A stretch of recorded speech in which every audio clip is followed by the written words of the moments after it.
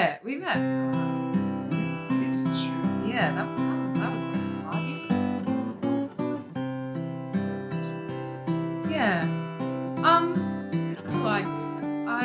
At that point, I had no idea that you did that. Yeah. Well, I didn't. This is the thing. It's like I didn't really tell anyone I was just doing it on the slide. And I think I just carried a bit of like internalized shame about acting or something. There's something about like, I don't know, like actor culture that kind of irks me. So I kind of just did it quietly, and then it became something else, and it wasn't really quiet anymore. But yeah, what do? I guess I identify as an artist. But I do a whole bunch of different things. We were talking before about how I just get too excited about too many things and do lots of different projects and find myself in a bit of a thinly stretched tizzy a lot. Mm-hmm. And yeah, I think I've come to accept that about myself. That it's just how I function best is when there's like 17 things happening at once. And the chaos, but like it's not even that. It's like if I have like if things start to get really turbo, if I'm doing like 4 things and they all start to kick off, I also have this tendency to want to like add like 3 more things. Okay. Just to like just to make it more interesting. Just to really go. Yeah. But I feel like that's when I'm at my like, you're like, there's 7 things going, let's hope those 4 still stick, and then I feel like I can focus more if I'm like across 12 things. No lull periods. Yeah. The more I'm doing, the more I can do. Mm-hmm. And I find it really exciting. Like I love that. I love to really push the boundaries of like what I'm capable of. When did you realize you loved to do that? At what point as a kid did you? I think it's actually just been in reflection. Okay. Like I've just been like, oh, that's kind of a weird thing that I've thought that everybody did this, but that's not the case. Yeah, I don't know. I think a lot of it was learned. Like the way that I was raised. My mum is an absolute tycoon. She's a business bitch, and we had to work very hard from a very young age. We had a family business that needed to be run after my family fell apart, and my brother and I had to work in the shop like before and after school every day. What kind of shop was this? It was like a bakery cafe kind of situation. Up north. Yes, in Brizzy, in Cool. Sunnybank Hills. So I learned very early to juggle a lot of shit. And so I think an element of how I am now is that that's where I feel most comfortable is like functioning very highly, like doing a lot of stuff. Mm-hmm. And as it pertains to like making art, like that's just, it hasn't really ever been a decision. It hasn't really been a conscious decision. It's just the way that I connect with people and the way that I feel the most truthful and tender and how I process the world, which has always been that way. Mm-hmm. And when was that? So when you were younger, what was that sort of? Do you remember the first ever art project you did, and you were like, "Oh, this is cool. I love this. I'm showing a little bit of myself to the greater audience, and I'm young, and maybe people are listening to you've got a voice." Do you remember that? Yeah, I mean, I was always drawing, and I think I always like when you're a kid, you're like, I want to be an astronaut. Yeah. I want to be a fire hydrant. Like mine was always artist, but I don't think I really thought about that critically. For it's like, oh, I like to craft. Yeah, but we all drew as well. Yeah, such a big, much bigger part of like what's expected of you as a child. But I remember there was like a turning point where I remember it so clearly, and I was like, oh, I can actually do this pretty good. Like I'm pretty good at this. It was like I had just broken up with my first boyfriend. 13. No, I was like 15. 15. And he was a little bit older. Oh, yes. He was an Italian guitarist. It was Oh, all wow. very. He rode a motorbike. Not yet. A Vespa. Not yet, because he was only 17. Okay. But in his spirit, rode a motorbike. Yeah. And I was so forlorn, and I decided to do a self-portrait. For him to never forget. Sorry. For him to never forget. It was like I just need to, show how I'm feeling. I can't put it into words, so I drew myself. And it actually was really good. Okay. So I was like, oh shit, I can do this. I've actually got some ability here. And then from there I started to just do lots of pencil portraits of my friends, like really intricate pencil portraits of my friends, like sketched my friends onto my bedroom walls, and just kind of went from there. Yeah. And it just never really stopped. Yeah. And where did that, so look, obviously I met you 5 years ago, and you were doing, to give the audience an understanding, is you'd created these pieces of hair. And yeah. they were like outrageously outworldly. They were how do I explain it? It was I would say they're kind of grotesque. Yeah, kind of. They were. Kind of gross. So from pictures to pictures of friends on your wall and of intricate detail to grotesque hair. What happened in between? Oh, heaps. Cool. Yeah. So I was drawing and painting for 10 years. I started to do I like through school. I ditched as many. Like I ditched maths in grade 9. Okay. I ditched most all the things. money making. All the things that would help me in life, I ditched. So no economics, no finance, none of forget that. about it. Legal studies, get out of here. Yeah. But I took up as much art as I could. Okay. And what I forgot what we were talking about. I just lost my train of thought. What happened in between? Oh yeah, okay. So I was drawing and painting hair. through school. Yeah. And then I started doing. Thinking about the Italian. Yeah. I'm not over it. And I started doing murals. Like the first thing I started to do was cool. commission murals around Brisbane.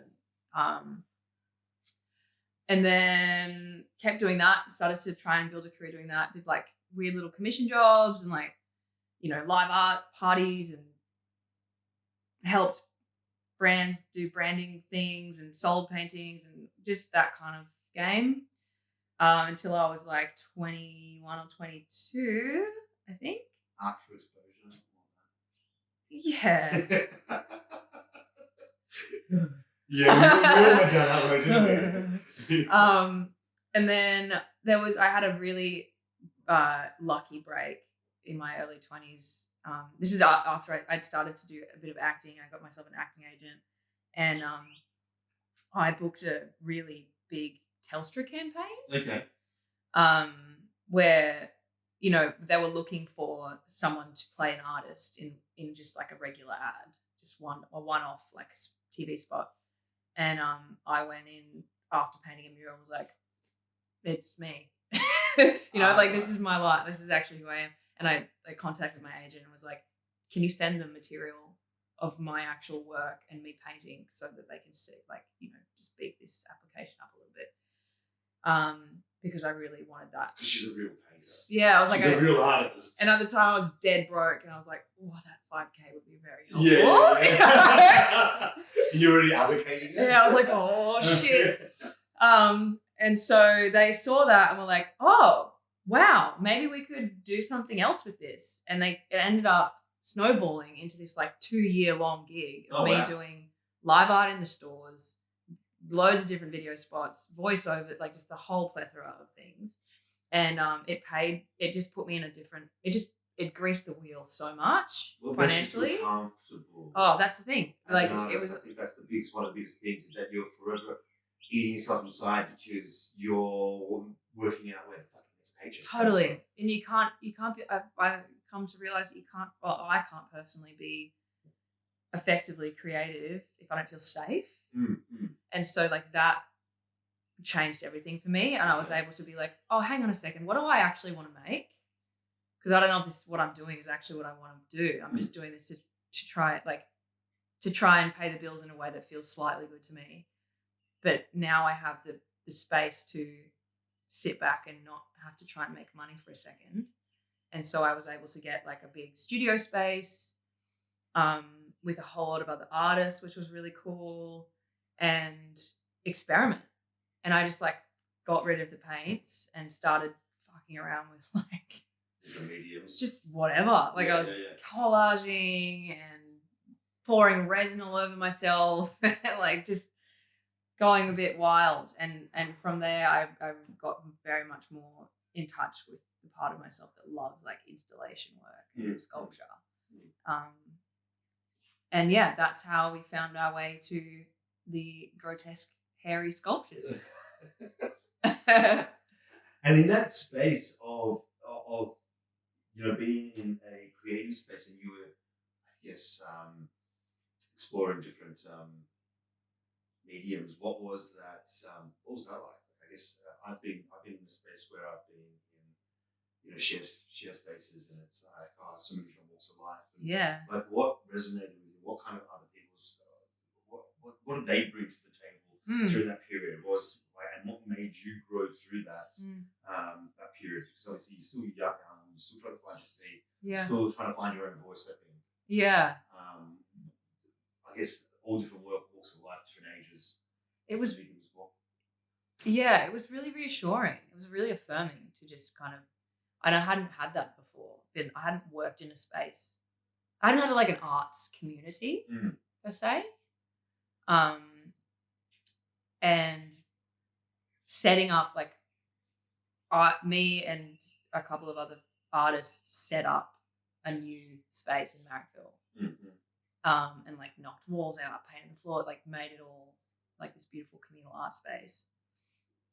And it was just, it was really reassuring to be around a bunch of people who were all a little bit further along in their career than me and like making a living out of it in a serious way. And like, it was like Georgia Hill and Fenton McGee and James Lesjack Adden. It was like a bunch of really successful mural artists, Australian mural artists. So it was just really cool to be surrounded by peers who were like making a life of this, which I think gives you, obviously, shows you a path. 100%, because like we're not all struggling. Or like people who are struggling in the same ways as me to be like, oh, this is. I'm not the only one who's freaking out. We're all in this same game, and there's community here, and there's joy, and there's success for everybody. And there's room for everybody. There's room for everybody, and I think that was really interesting for me too to see, because I feel like the Australian arts industry is a lot smaller and a lot like over in America and stuff. Like it's everywhere, and everyone's able to make a buck and make things happen. Market as well. It's just much more accessible for lots of different types of people. So it was really cool to like find that in Australia at that point in my career. It's like, oh, this is a life that I can have, and it's not like I feel like there's no career artists in my family, and so that wasn't ever really modeled, and so I always felt like I was just like doing something that was a bit strange and maybe not viable. Were they supportive of it? 100%. Okay, cool. Yeah, but like being like externally supportive is one thing, and actually modeling something is different. So, thank you. It's all about you, isn't it? It's true. Start the show. Fully just presenting herself. Excuse me, ma'am. This is funny. It was awesome. I look back on that part of my life very fondly. It was a really cool time. It was a very cool time. Just to like even have people to have food with on your lunch break who were all like doing the same thing. You know, it was cool. It was really cool. Yeah, we're not just doing it on our own. Yeah, which I've done a lot in the early years. I just was like, now what? Self-flagellate. Got to do it. Got to get to shut myself away in a studio and make work. And, And you still like that? No, my life's very different now. Okay. Yeah, for reasons that we'll probably talk about. Yeah. Or being an undercover actor. Yeah. Being a sneaky little actor. Yeah, sneaky little actor. Yeah. Where did that come from? And what drove you to that? And how did that start? And how the sneakiness and why the sneakiness? Yeah, okay. Well, I'll start with how it started. I'd always kind of been interested in it quietly. Can't rub your bum on camera. Do it. Just staring me right in the eyes. I had always been kind of interested in it, but I didn't let myself go there because I wanted to stay focused on my art and was already doing 10 things. I was like, if I do that, I'll get really interested in it and I'll lose sight of what I'm actually doing. But in my early 20s, I'd been in Sydney for a couple of years and I dated an actor for a second and there were more actors around me in my hospo job and just kind of, there was just more of it around me and it started to feel a bit louder. And then, this is a bit red hot, but okay, let's go there. I dated this actor and this actor,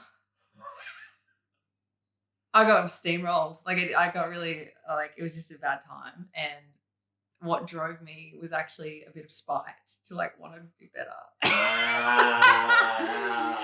That's a good way. It's always a good way to drive us forward. I tell you what, spite is a powerful motivator, and I've since I didn't admit that to myself for so long, and I didn't admit that to anyone else for so long.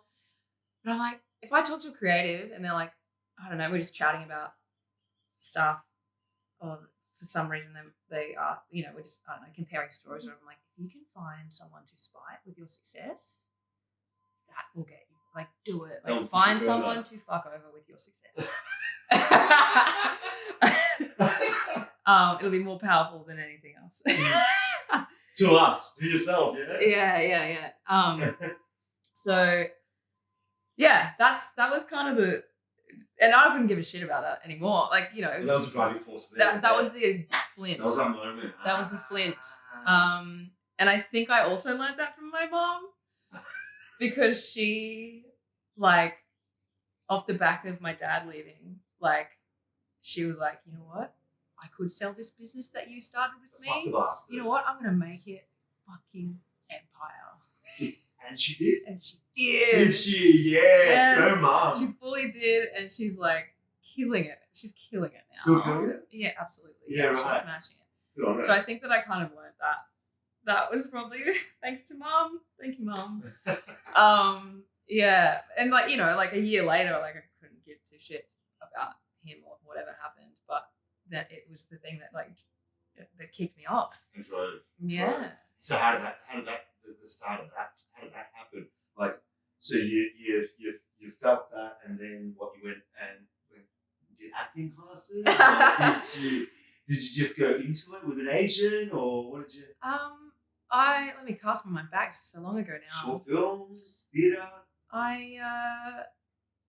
So I had an interest that was hovering around. Spite focused me, like the magnifying glass with the. Anything that he was going to audition for, you were going to audition for.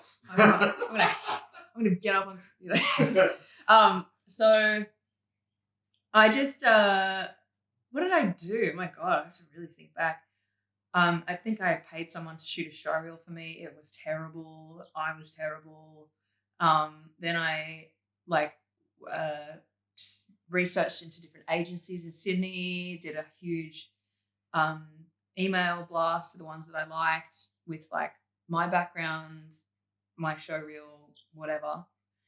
And I heard back from one of them immediately. Didn't hear back from anyone else. And it was my agent that I've had for going on 10 years now. Wow. And he is family to me, and he's awesome. amazing. But it was really funny because he'd I got an email back from him so fast, and he was like, "Oh my God, Jess Bush, I saw you on Australia's Next Top Model." That's right. And I said, one day she's going to get into acting, and I want to represent her, but I don't know how to find her. I don't know how to get in contact with her. And then now you bloody emailed me. How's that? Can you come in? And then so I went in and met him. The rest is history. What's his name? Clinton Bryant Madison. There you go. And he's since gone off and made his own agent. He was a booker for one agent, and how he's made his own agency, and I love that man. He's beautiful, excellent at his job, stunning professional man. Yeah, so I found an agent, and then I started to like do classes, I guess. But I don't know. There's something about like I tried the NIDA thing, and I tried the yeah. So I'm of a mind that you have to be really careful about the kind of acting training that you do, because there's a lot of ways to do it, and there's a lot of ways to fuck up your intuition. Okay. I think that training is valuable, but as long as you find the one that's going to work for you. What method works for you? Do you say? Do you think? Yeah. Well, it took me years to find them.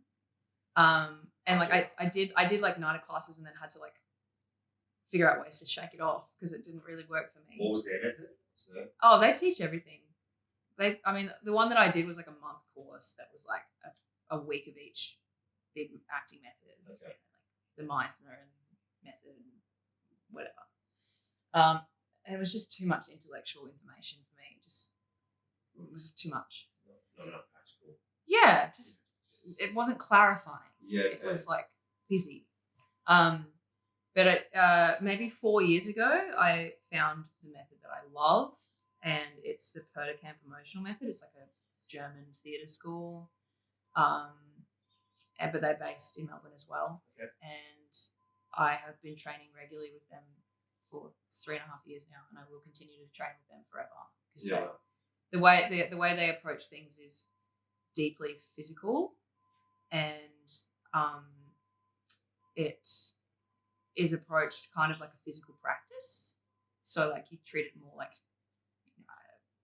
gym training almost. Like it's more of like an ongoing practice, which I really love, and is really good for how my brain and body works. So I love them. Everybody should go and check them out because they're phenomenal. Yeah. And they do a lot in the mental health space and like addiction treatment and just all sorts of things. So if I wasn't acting, I would be teaching this for sure. Yeah. And then so it took a while to find that, because that's obviously that's 3 or 4 years ago. Yeah. But in between then you were just intuitively rolling with it and working out, obviously still painting murals. Yeah. Looking grotesque hair. Sewing 200 wigs together. Exactly right. Being an Australian top model. Oh, that was prior to that. That was when I was a kid. Yeah, right. Yeah. Always in and around it. So would you say, and I think it is also, but I think it's intuitive, isn't it? It's really the process is intuitive, and you felt it, that you feel what's going to work and what's not going to work. Yeah, look, I'm really glad that I found training though. Mm-hmm. I think that a lot of it is intuitive. I would put it in a different way though. I would say as children, you inherently trust your own body and your emotions. And as you are groomed to be a civil member of society, you learn to distrust those things. And I think that through training acting, my hope is, I'm so sorry.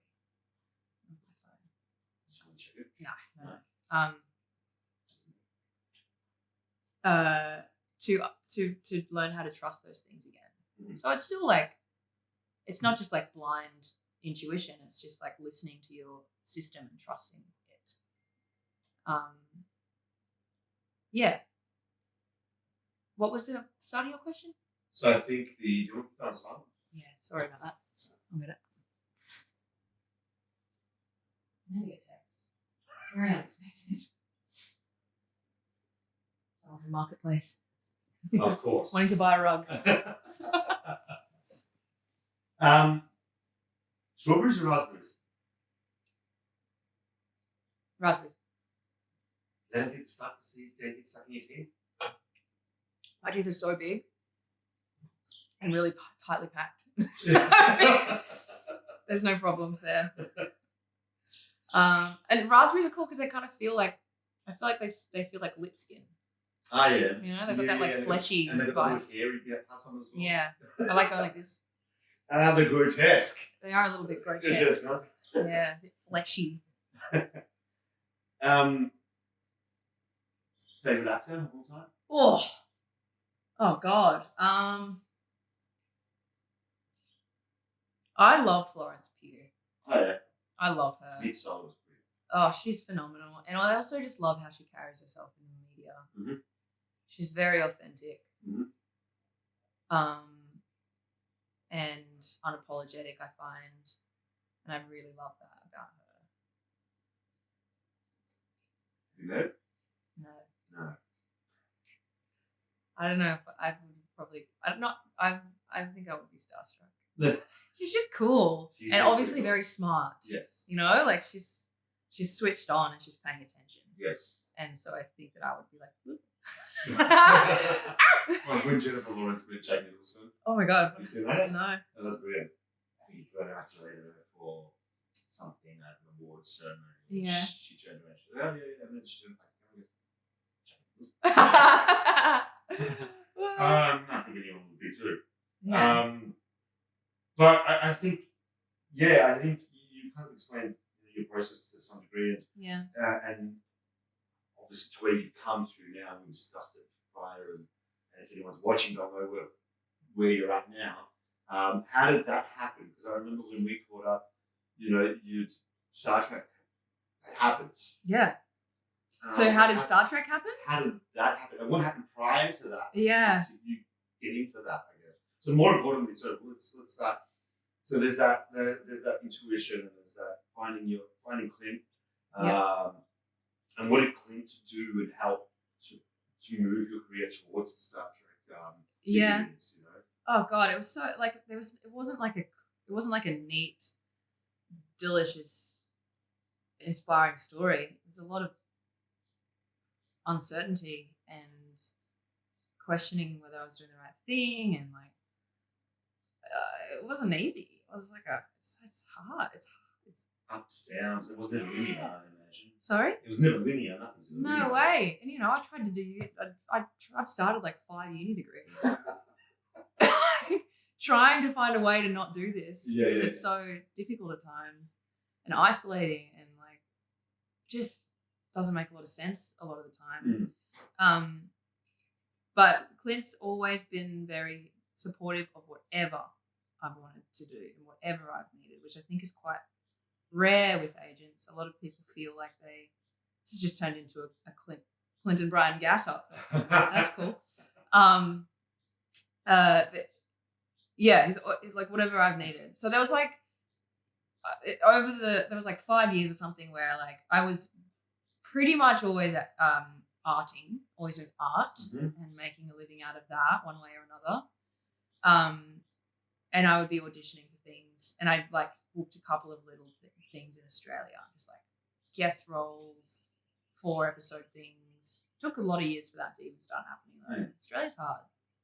Because it's such a small market, isn't it? Is that what it is? And it's super small market, and also the people with the money are really scared to take risks on new people. Okay. So if you break into that like family of actors that you see on everything on Australian TV, then you're pretty sweet. But like it's really hard to get there. So what were you in? What was there anything that's significant that you were in? I don't want to say because then everyone's gonna go watch it. Neighbours, was it Neighbours? No, I did. I was on Home and Away as 2 different characters. Oh, really? Yeah. 2 different characters? Like a few months apart or whatever. Oh, right. Just so funny. I did a show called Playing for Keeps. Oh, yes. Yeah. I did a show called Les Norton. Okay. I did an indie movie. That was the first thing that I did actually. The first job that I booked that was like not an ad or something was this indie movie. Cool. And then how did you feel doing that? I was awesome. And you were lead or no? I was supporting. Oh, it was like an ensemble. Okay. Were you shit scared? Fuck yeah! Oh my god! Of course, I was terrified. You were getting paid to do something that you love. Yeah, you're like, wait a second, do I get to have this? Like, yeah, but it was wild. It was really imposter cool. syndrome setting? Hugely. Yeah. Hugely. Yeah. So it's just like little bits and pieces, but not enough to like rub $2 together. It was just like bits and pieces every now and then. And then it got to like just before the pandemic, and I was 29 or 28, and I was just over it. Like, I think there's this thing that happens when you're an actor and you're starting to get somewhere where you get sent way more auditions.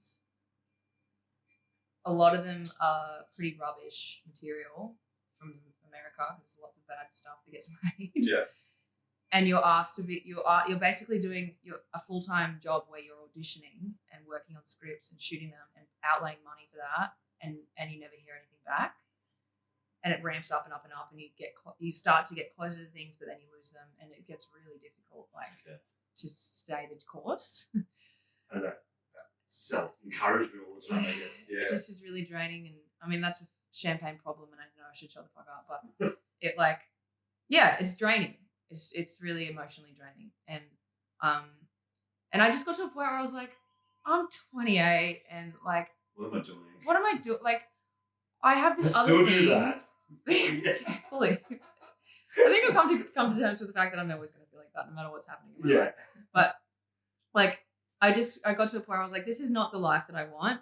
I'm not present with my friends. I'm not engaging in my life in the way that I want. I don't feel safe. I don't feel joyous. I have this other career that that I love and that makes me feel fulfilled in the visual arts. I'm stepping away from this. Like, the material that I'm getting is not inspiring. I don't feel like I'm truth telling in any way. I'm just serving something that's like fodder for, I don't know, big network advertising and shit. I was like, just not a clock. Yeah, and I was like, I need to take a step back. So I had a chat to Clint. I was like, look, I'm needing to take a step back, and I just want you to send me stuff that we can't say no to. Okay. You know, I just need a little mental health break.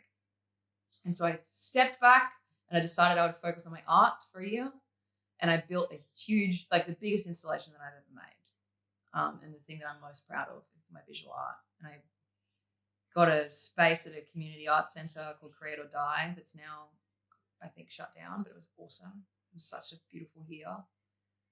This is just part of COVID, 2019? This was during COVID, actually. Yeah. So all through COVID, lockdown, my housemates and I were lucky enough to have like a really beautiful backyard that I could like experiment in. Mm-hmm. And I started to experiment with this idea that I had for years and not really been able to push over the line to something real. And yeah, just turned into a mad scientist in the backyard and got the lockdown did something weird to me where it just made me like hyper focused. Mm-hmm. Like I was so focused and like just gunning at this project. Worked on this project for a year, got a couple of grants from the government to build it, and executed it. Took me like 6 months to build it. And then I installed it as I was installing it, I got an email from Clint about the Star Trek audition, and all the conditions of the audition were like very aligned. And so I put a tape down. It was like the end of a day I'd been installing for like 14 hours, looked like shit, hair standing on end, super tired. Put down the tape, sent it away, didn't hear anything for 3 weeks. And like, you know when you send something on WeTransfer and you can see who downloads it? Yeah. Like 1 of 5 people downloaded it. I was like, ooh, that's probably fucked that one up. But then I heard back from them. Yeah, right. Like with the one, still with the one. That one person. Well, one person. She must have just showed everyone. Yeah. Everybody was across it. Yeah, and I booked it when I was like, I think I had just found out. No, I didn't. I installed the sculpture. I showed it for one night to an audience of 100 people, and it was magic. It was such a magic night. Can I ask what was the installation, and what did that mean to you? What was the driving? What was the artist investing of that? Yeah. That installation. Yeah. So the artwork is called the Bee Totem. Mm-hmm. It's an installation where I've collected 1,000 honeybees from beekeepers after they've died, and preserved each one in a perfectly uniform sphere of crystal resin. Okay. So it's like glass. Mm-hmm. And then suspended each one from a really thin sterling silver chain from a ceiling grid at different heights. Okay. And it makes like a floating kind of marmoration. Murmuration? That's the word. Murmuration, yes. Murmuration. Cut that bit out. Murmuration of bees. Yeah. The artist statement, I tend to not want to like tell you what it means, but I can tell you about some of the elements of it that are intentional. So it's where do I start? I feel like bees are a symbol of the point we're at with our relationship to the planet. They are the linchpin that holds everything together ecologically for us, and the reason that we can thrive on this planet. And they're really strained and struggling at the moment. I also think they're really beautiful, special insects, and I'm fascinated by them and how they work together in the hive and the way that they move about and communicate and make things work is deeply fascinating to me. Pollen on I their know, and they get on their legs, and when they get too heavy from having too much pollen, and they like yeah, they're very cute. They're so cute. Yeah, they're very cool. And did you know they can also like, so if a bee flies out and like finds some like amazing tree with heaps of pollen on it, they'll come back to the hive and different bees will communicate emotionally different levels of excitement for what they find. And then they all get together in a gang and they all go together. Yeah. But they have like personalities, essentially, because like one bee will communicate this level of excitement, whereas another one will not think it's a big deal. Okay, right. Isn't that so cute? That is cool. So cool. Anyway, back to the. But your love, but your love for that, and good segue is that your love for bees, and your love for resin, your love of the art of that installation has drawn you also to making your own jewellery. Yes. Yes. Yes. Yes. Yes. Yes. Yeah. So you want me to talk about that? No. Talk about whatever you want to talk about. I just thought I'd chuck that in next. You just saw that. Yeah. Sorry, that's something. Yeah. So that's one element is the symbolic nature of the bee as a I guess like a talisman. And then there is part to humans. Yeah. You know, what they represent. Yeah. What they represent. Also, like wanting to, like when you put a sphere of resin around a bee, it is like magnified and also draws your eye to that thing. So when you do that, like I think that it just like really magnifies the beauty of this insect, makes people look a little closer. Well, that's my hope anyway. And then there's the other element that like the sculpture really interacts with the environment that you put it in. So if there's like sound move, like in the morning, like if you wake up in the morning and it's positioned outside, it's like so still that it looks solid. And then as like birds start flying around, there's sounds of the day, there's people, there's air movement, it starts to like move and breathe. Yes. And so that part of it is a really important element to me, is that it is one and the same as the environment. It's like very interlinked with its environment, and there's like a symbiosis there. And the other thing that I like is that it almost looks like it's like engineered in a computer. And that's been achieved through like a crazy level of like attention to detail by a person that's not a computer. So I kind of love that illusion. and the suggestion that like something really beautiful and positive can be made from the combination of like human focus and technology, like that kind of marrying. Yeah. And there's something there to be found that's good. Wild. Yeah. In amongst getting an audition with Star Trek. Yeah. And Paramount, is it? Paramount is the network. Yes. The distributor. Yeah. And were you much into Star Trek before you ever auditioned? No, I didn't. I mean, I was aware of it, obviously, because it's so woven into, pop culture. Yeah. Some people can't do it. I don't think I can do it. That's okay. That's all right. You're just not one of us. No, I'm not. I'm so sorry. So you heard back from them mid-COVID. This installations happened. Yeah. You're still riding a high from the installations? Well, I didn't even get to really ride the high. I just showed up for one night and then had to pack up and go, basically. That quick? Yeah. Yeah. Wow. Yeah, it was really wild. And it was interesting because like my whole early 20s, I was so like, yeah, let's go get them. New places, new things. Let's go. Like stretching out, wanting to like live other places and meet people and do all this thing. And then by the end of my 20s, I was like, you know what? I'm going to stay put. I love my friends. I love where I live. I'm going to stay here and I'm going to work on building home here. And where was this? Enjoying this in Sydney. Sydney, yeah. I was living with my 3 best mates, and we were so blissed out and happy and like ready to like build a life with us. Develop like a chosen family and like bring partners into that, but like have our core be us. So I had just like really made peace with that and like, yeah, this is it for me. I'm going to stay. I'm going to be comfortable. And then this thing happened. I was like, you know what, Jess, you can go fuck yourself. We're going to give you the biggest version of the other thing. Yeah. So I had a month to pack everything up and move over to Canada and be ready. Yeah. And what was that like? Crazy. So you've left here. You've left your family. Yeah.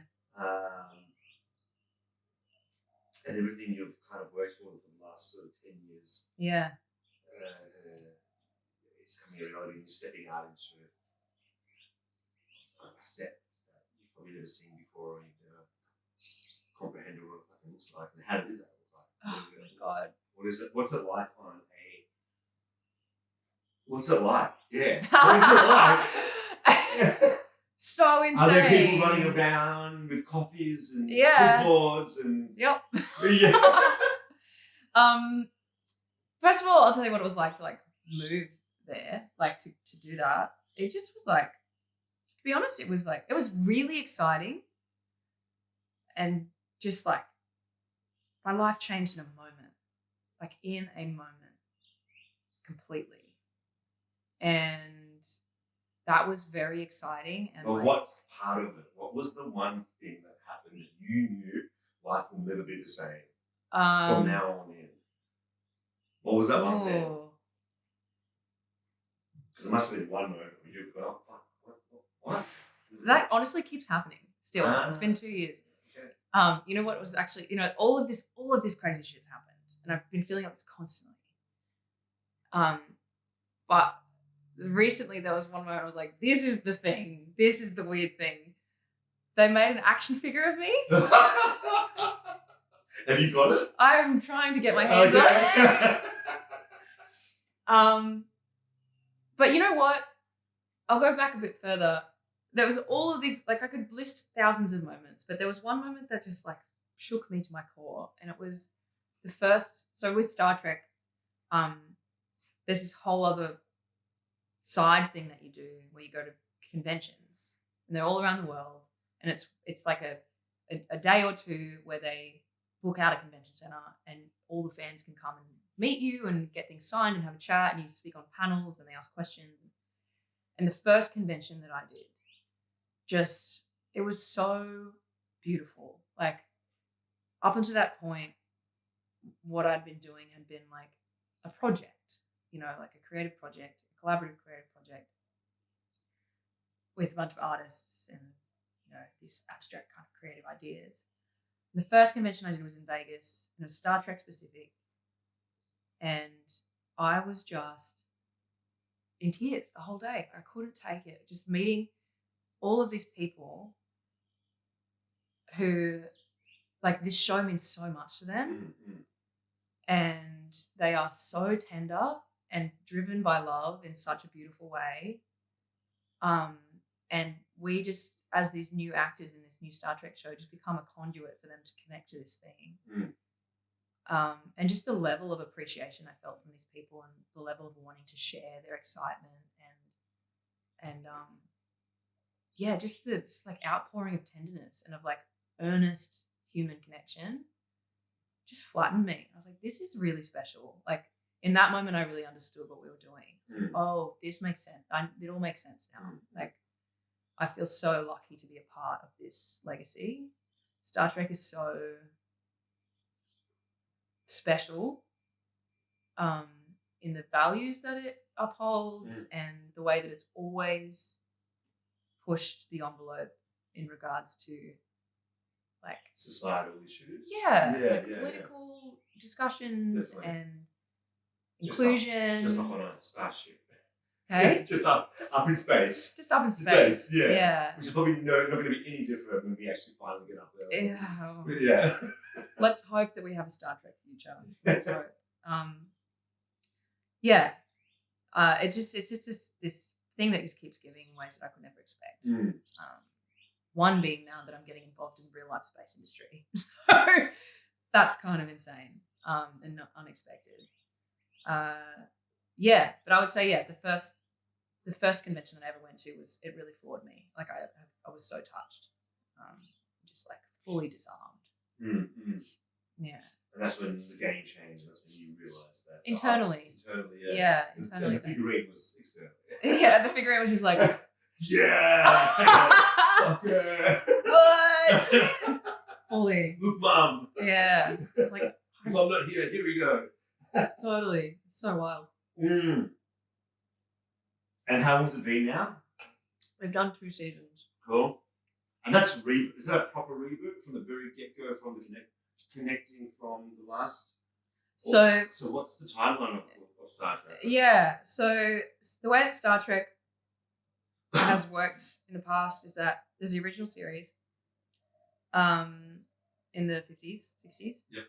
And then there's been several other series that jump back and forward in the timeline, the future timeline. Okay. And like fill in the gaps and like come from different angles. And ours is a prequel to the original. Yeah, right, okay. So it's not exactly a reboot. It's like, but we are continuing the story. We're bringing life to the characters. So there's a lot of legacy characters that we're like telling the story of their previous lives when they're younger before they hit the original series. Yeah, it's pretty cool. And have you met any of the original characters, the original actors? I met William Shatner. Yeah, cool. Yeah, he's a dude. He's a dude, yeah. Yeah. But the Star Trek, I haven't met anyone else in the original cast, but oh, actually no, I met George Takei. Oh, cool. Yeah, he's a legend. He's so cool. And has such an amazing voice. But I know a lot of the Trek actors from like Next Generation, Voyager, Deep Space Nine, Lower Decks, like all the other ones, because they're all doing the convention circuit. Right. So you meet up with each other, and it's actually so fun because all of the people in Star Trek are awesome. Like they cast people for some kind of inherent quality that they have that's like warm and optimistic and striving. It falls into the line of the values of the writing itself. Totally. And so these people are just stunning and silly, but also earnest and interested, and it's just a really cool family to have been like scooped into. Do you think? Do you ever think much about what's after? Like, obviously, it's from what I've understood, it's so ad hoc that it's just day by day. It has been, and up until now, and now you sort of got a plan in place with the Star Trek family. Do you think that do you have an idea of where you want to end up in the next kind of 5-10 years time, or what the plan is from the acting side of things, or will this outside interest of what Star Trek's giving you, and I think you mentioned before you're working with NASA at the moment on a documentary. I'm not working with NASA on a documentary, but working on a documentary that involves NASA. Okay, sorry. I don't want to claim that falsely. Yeah, look, with the people always ask me like, what's your dream role? Where do you want to go? And that's never really been something that it's been like, I find it really hard to answer that question. Because for me, like, the aim is to live as an artist, like to live art, to be open to what that might look like. Because like you don't know, like even if you're going to speculate about a role that's coming, like you're never going to know what that is. I mean, I think if you get fixated on that, you miss out on what's around you, and like it just doesn't seem realistic to me to speculate. I think that what feels good to me is to like, and this is true for my visual art as well. It's like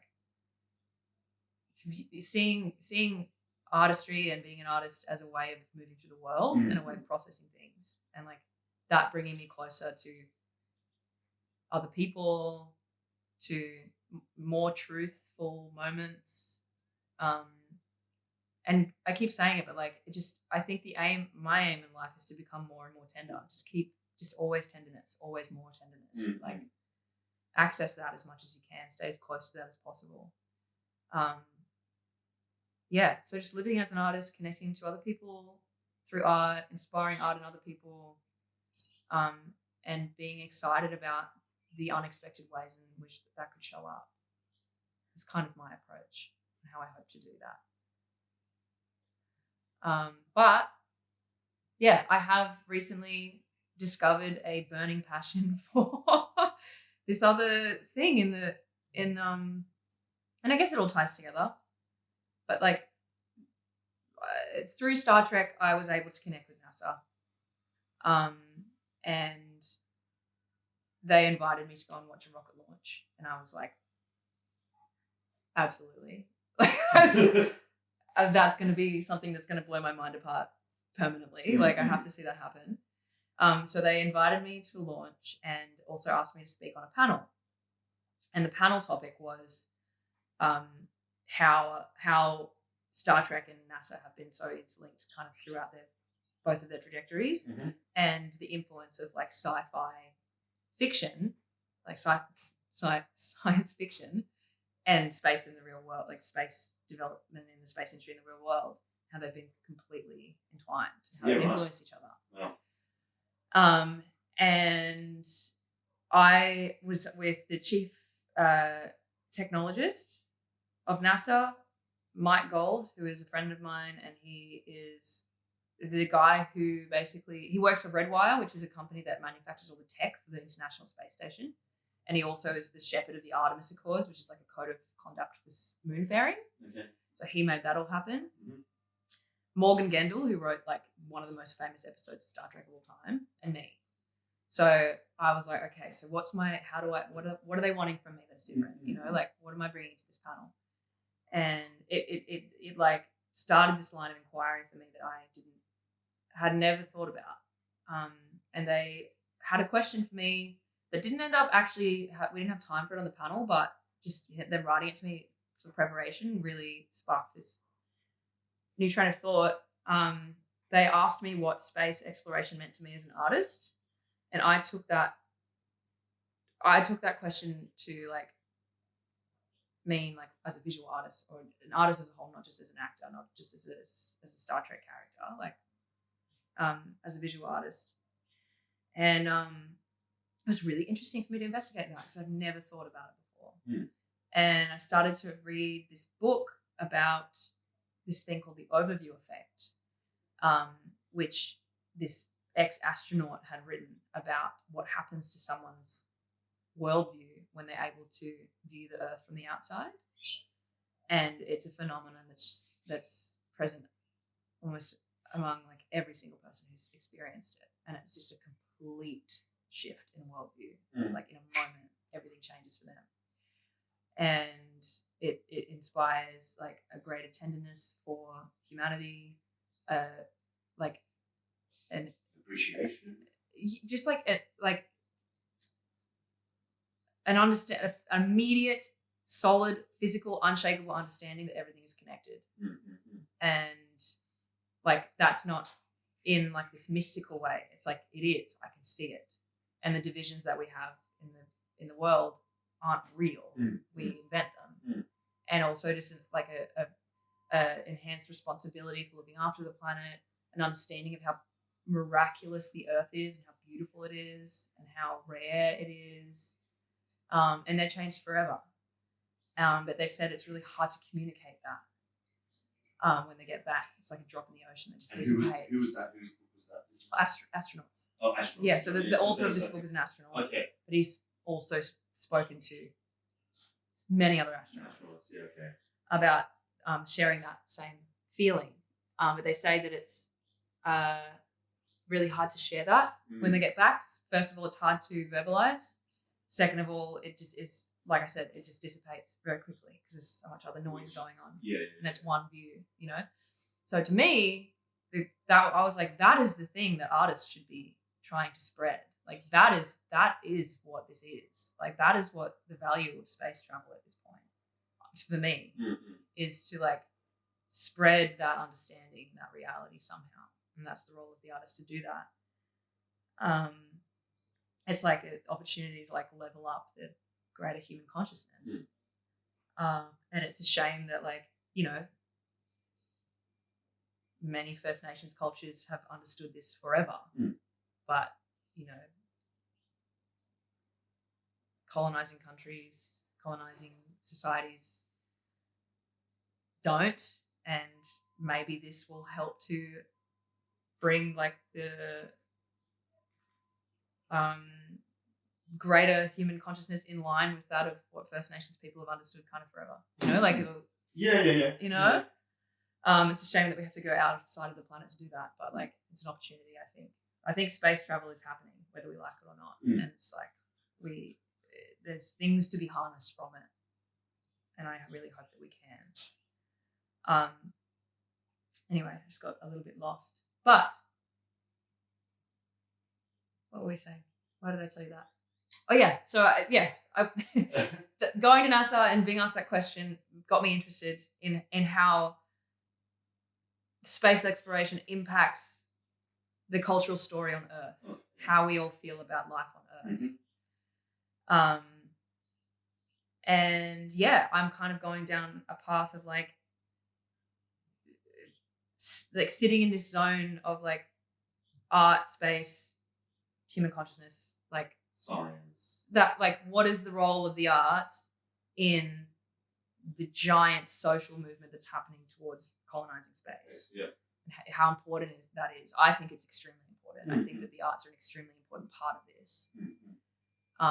And so I can see myself getting very fired up and passionate about that, and kind of sitting in a space culturally that might mean that I can have a say. Yeah. Eventually, hopefully. So and that's why you're making a documentary based on that idea, or how much can you tell us? Yeah, I probably have to be a bit careful about what I say, but there's some things happening in the space industry that are not great. Okay. In my opinion. Okay. And they're... So you're telling that story and you're without saying too much, you're trying to bring it to life. Yeah, just want to get people to understand it a little. Yeah, just to have a little bit of a closer look, make it a little bit more relatable. Talk to more artists about what's going on, because I think that space for a lot of people is abstract, and quite inaccessible. And I think that artists have the power to make that bridge, make it personal. And I think that's important. It's the endless idea of being inquisitive, isn't it? What's that? Space. Yeah. Because we're so away from it. Yeah. So the next stop for you is astronaut? Fuck no. I'd think about touching the end, like the edge, but Come on. I think that Sculpture out in space. Yeah, I don't know. I'd be keen. You do it? Yeah, fuck yeah. Fuck yes. I think I probably would end up not being able to say no, but it would not be an easy answer. Because I love home so much. And it's so scary out there. Interstellar? Far out. No thanks.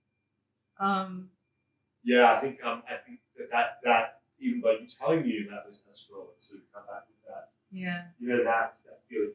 And I think that feeling, obviously I'm living out of space and now we get loud sounds and trucks. We can close this door if you want. Yeah, maybe I'll just put it. I think we all kind of get that feeling to some degree when we're in a moment of bliss in nature that we are not used to, and that appreciation of what we have around us. Like going out to North Queensland into a jungle, a part of the jungle out in Mossman Gorge, or where there's no one around, and you're from here, from Melbourne or from Sydney or the city, and that's when the appreciation happens that this is so much bigger than us. Yeah. But I think I still want to experience that. You'd have to, wouldn't you? You'd have to. I think I'd have to. It would be. I would be dead scared though. I'd be so scared. I'm a scared cat. I don't like heights. I don't like. I'm like. Yeah. Right. Yeah. I think I would have to do it. You're right. I would. Stay inquisitive. Thank you so much. Oh, you're welcome. Thank you. Hopefully you get something useful out of that. Yeah, I think so.